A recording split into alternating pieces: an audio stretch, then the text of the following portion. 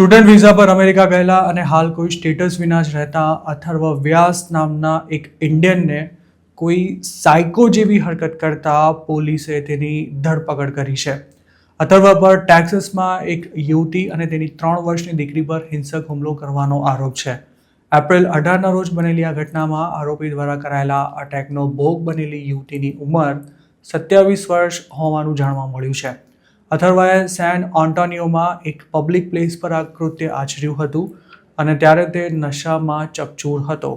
જોકે આ કરતૂત કર્યા બાદ હવે અમેરિકામાં તેનું કાઉન્ટડાઉન શરૂ થઈ ચૂક્યું છે. અમેરિકામાં પહેલેથી જ ક્રિમિનલ હિસ્ટ્રી ધરાવતો અથર્વ વ્યાસ ઓગસ્ટ 2023માં યુએસ ગયો હતો. DHSના જણાવ્યા અનુસાર અમેરિકા આવ્યાના માત્ર 3 જ મહિનામાં આ શખ્સની મારામારીના ચાર્જિસમાં યુનિવર્સિટી ઓફ ટેક્સાસના કેમ્પસમાંથી ધરપકડ કરવામાં આવી હતી. તે વખતે આઈસને પણ તેની આ કરતૂતની જાણ કરવામાં આવી હતી, પણ ડિપોર્ટેબલ ક્રાઇમ કર્યો હોવા છતાં પણ તેની સામે કોઈ કાર્યવાહી કરવામાં ન આવતા અથર્વને અમેરિકામાં રહેવાનો ચાન્સ મળી ગયો હતો. જોકે જૂના ક્રાઇમ રેકોર્ડના આધારે એપ્રિલ 2025માં જ તેનું સ્ટેટસ રદ કરી દેવાયા બાદ અમેરિકા છોડવાને બદલે આ ઇન્ડિયન ઇલીગલી ત્યાં જ રોકાઈ ગયો હતો. અથર્વ હાલ બેક્સર કાઉન્ટીની જેલમાં બંધ છે. કોર્ટ રેકોર્ડ્સ અનુસાર તેના પર કોઈને ઈજા પહોંચાડવાના ઈરાદા સાથે તેના પર હિંસક હુમલો કરવા ઉપરાંત અમેરિકામાં ઇલીગલી રહેવા સહિતના ચાર્જિસ લગાડવામાં આવ્યા છે. જે ગુનામાં હાલ તે જેલમાં બંધ છે. તેમાં જો તેને બોન્ડ મળી ગયા તો જેલમાંથી બહાર આવતા જ આઈસ દ્વારા તેને કસ્ટડીમાં લઈ લેવાશે.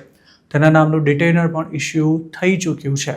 મતલબ કે આ કેસ પૂરો થતાં જ તેની સામે ડિપોર્ટેશનની કાર્યવાહી શરૂ કરાશે, કારણ કે સ્ટેટસ રદ થઈ ગયા બાદ પણ છેલ્લા 1 વર્ષથી અથર્વાએ અમેરિકા નથી છોડ્યું. જે યુવતી અને તેની દીકરી પર અથર્વાએ હુમલો કર્યો હતો તેને તે ઓળખે છે કે નહીં તેની કોઈ વિગતો નથી મળી શકી.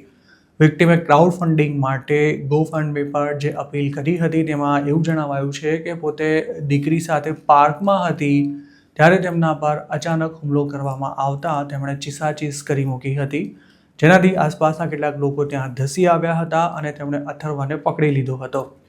તે જ વખતે કોઈએ 911 પર ફોન કરી દેતા લોકલ પોલીસ ક્રાઇમ સીન પર પહોંચી ગઈ હતી અને અથર્વને અરેસ્ટ કરી લેવાયો હતો. અથર્વે જેના પર હુમલો કર્યો હતો તે યુવતીનું નામ ગેબ્રિએલા પેરેઝ હોવાનું જાણવા મળ્યું છે.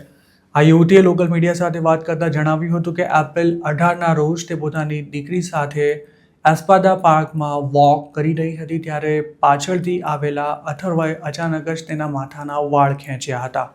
ઓચિંતો હુમલો થતાં ગભરાઈ ગયેલી ગેબ્રિએલા નીચે પડી ગઈ હતી અને ત્યારે તેના હાથમાં રહેલી 3 વર્ષની છોકરી પણ પટકાઈ હતી. તે વખતે આરોપીએ બાળકી પર હુમલો કર્યો હોવાનું તેની માતાનું કહેવું છે. પોલીસ જ્યારે ક્રાઇમ સીન પર પહોંચી ત્યારે એક શખ્સે નશામાં ધૂત અથર્વ વ્યાસને પકડી રાખ્યો હતો. જોકે આરોપીએ કયા મોટિવ સાથે આ અટેક કર્યો હતો તે હજુ સુધી પોલીસે નથી જણાવ્યું. તો બીજી તરફ વિક્ટીમનો એવો દાવો છે કે આ એક ટાર્ગેટેડ અટેક હતો જેમાં તેની દીકરીને 2 દાંત ગુમાવવા પડ્યા હતા અને તેને ચહેરા પર પણ ઈજાઓ થઈ છે. તેણે $20,000 એકત્ર કરવાના ટાર્ગેટ સાથે ક્રાઉડ ફંડિંગ શરૂ કર્યું હતું, જેમાં અત્યાર સુધીમાં $18,000 એકત્ર થઈ ચૂક્યા છે. યુએસમાં ઇલીગલી રહેતો અથર્વ ત્યાં કોઈ કામ ધંધો કરતો હતો કે કેમ, તેમજ ઇન્ડિયામાં તે મૂળ ક્યાંનો છે તેની કોઈ સ્પષ્ટ માહિતી નથી મળી શકી. તે નશો કરવાની આદત ધરાવતો હતો કે કેમ તેની પણ તપાસ ચાલુ છે. તેના પર જે આરોપ લાગ્યા છે તે ખાસ ગંભીર ન હોવાને કારણે યુએસમાં ટ્રાયલ ચલાવી તેને સજા ફટકારવાને બદલે ગુનાની કબૂલાત કરાવી ડિપોર્ટ કરી દેવામાં આવે તેવી શક્યતા છે, કારણ કે જો અમેરિકાની કોર્ટ તેને સજા સંભળાવશે તો તેને જેલમાં રાખવાનો ખર્ચો પણ ટેક્સાસની સરકારના માથે આવશે. આવી સ્થિતિમાં ચાર્જિસ પડતા મૂકી તેને ડિપોર્ટેશનનો ઓપ્શન અપાઈ શકે છે.